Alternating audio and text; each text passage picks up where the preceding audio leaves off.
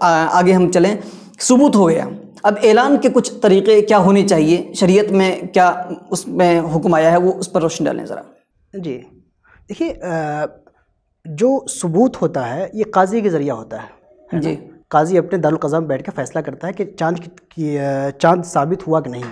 चाँद की रुयत साबित हुई या नहीं, या चाँद की गवाही हुई या नहीं, या चाँद की दूसरी जगह पे गवाही हुई या रुयत हुई, उसका सही सबूत हम तक पहुंचा कि नहीं, ये फ़ैसला काजी करता है ना। अब रहा ऐलान, ऐलान काजी भी कर सकता है और काजी का चपरासी भी कर सकता है, या कोई भी ऐलान कर सकता है। मिसाल के तौर पे कदीम ज़माने में तोप दागा जाता था, तोप के ज़रिए एक फायरिंग हो गई और उसकी आवाज़ जहाँ तक पहुँच गई। अब चूँकि काजी साहब की तरफ से तोप दागा गया और आवाज़ गई, तो जहाँ तक आवाज़ गई लोगों को पता चल गया कि आज चूँकि 29 शाबान है या 29 रमज़ान है, तो आज ये तोप की आवाज़ उसी हवाले से है। हालांकि आप देखिए कि तोप ऐसे भी तो कोई दाग सकता है, बिल्कुल, लेकिन चूँकि एक अवामी तसहील के लिए कि शरीयत को बहुत मुश्किल नहीं बनाइए,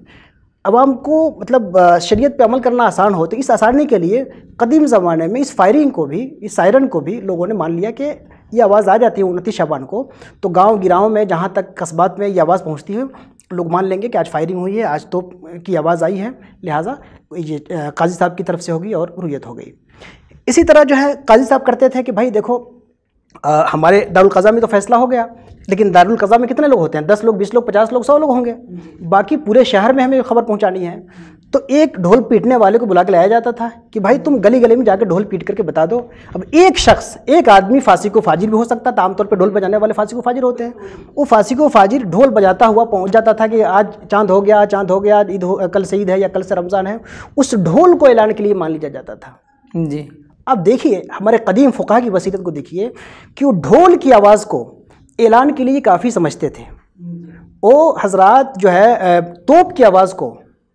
काफ़ी समझते थे, सायरन की आवाज़ को काफ़ी समझते थे। लेकिन आज आप ये बताइए, आज आपके यहाँ से दारुल क़ज़ा से में सबूत हो गया, काजी साहब ने फ़ैसला कर दिया, अब काजी साहब अपने यूट्यूब चैनल से ऐलान कर रहे हैं तारीख़ के तयन के साथ, अपने फेसबुक चैनल से उसका ऐलान कर रहे हैं तारीख़ के तयन के साथ, अपना नंबर भी दे रहे हैं, किसी को शक हो तो मज़ीद उसकी तौसीक़ कर ले, अपनी वेबसाइट पे उसका ऐलान लगा रहे हैं, है ना, या टेलीविज़न पे जाकर के काजी बाज़ाब्ता ऐलान कर रहा है कि आज 29 शाबान फ़लाँ अंग्रेज़ी तारीख़ आप जो है रमज़ान की रुयत हो गई और इसका ऐलान किया जाता है। तो टेलीविज़न से उसका ऐलान हो सकता है, रेडियो के ज़रिए काजी साहब के ज़रिए या काजी साहब के मोतबर आदमी के ज़रिए ऐलान हो सकता है।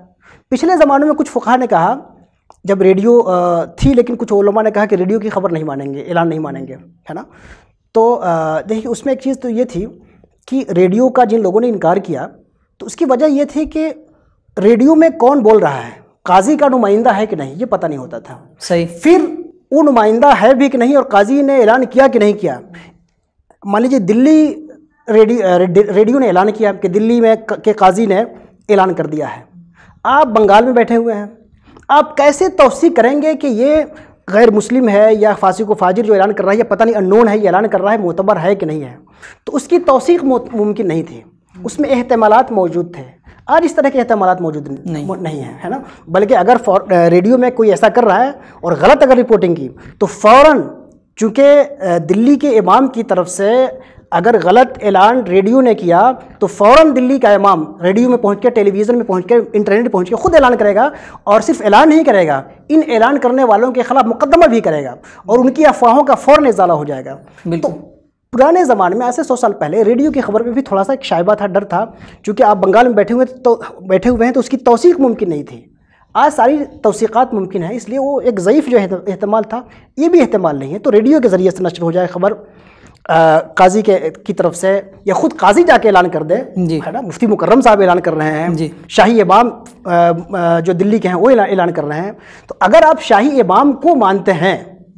तो उनके ऐलान को मानने में क्या प्रॉब्लम है। हाँ, अगर आप शाही इमाम ही को नहीं मानते हैं, मुफ्ती मुकर्रम ही को नहीं मानते हैं, तो अलग बात हो गई, आप कहें कि नहीं वो आपके नज़दीक मोतबर नहीं है। चूँकि आज तो मसला ये हो गया है कि आपके और आपके चंद मौलवी या चंद पीरों के अलावा दुनिया में सारे उलमा फासिक व फाजिर हैं, किसी की बात आप मानेंगे नहीं। तो जब आप ये कैफियत पैदा हो जाएगी कि दुनिया के सारे उलमा, सारे फ़ुक़हा सब फासिक व फाजिर हैं और बस हिंदुस्तान में 2 ही आलिम हैं जिनकी बुनियाद जिन पे दीन कायम है, वो कहेंगे तो मानेंगे, वो नहीं कहेंगे तो नहीं मानेंगे, तो अब इसका तो कोई इलाज नहीं है। लेकिन नफ्स ऐलान की जो बात है, ये जितने जदीद ज़राए हैं इनसे ऐलान किया जा सकता है, इनके ऐलान को उस दायरे क़ज़ा में उसको माना जाएगा। और ये सारे ऐलानात ढोल से तो कम से कम आला और ज़्यादा कवी हैं, है ना। जो लोग ढोल को मान सकते हैं रुयत हिलाल के लिए के बाद में ऐलान के लिए मोतबर मान सकते हैं, वो टेलीविज़न और इंटरनेट के ऐलान को कहें कि हम नहीं मानेंगे, इसमें शक है, तो इसका मतलब यह है कि वो एक तरह के शक के मर्ज़ में मुब्तला हैं, जिसका इलाज कोई नफ्सियात का माहिर डॉक्टर कर सकता है, कोई आलिम नहीं कर सकता है।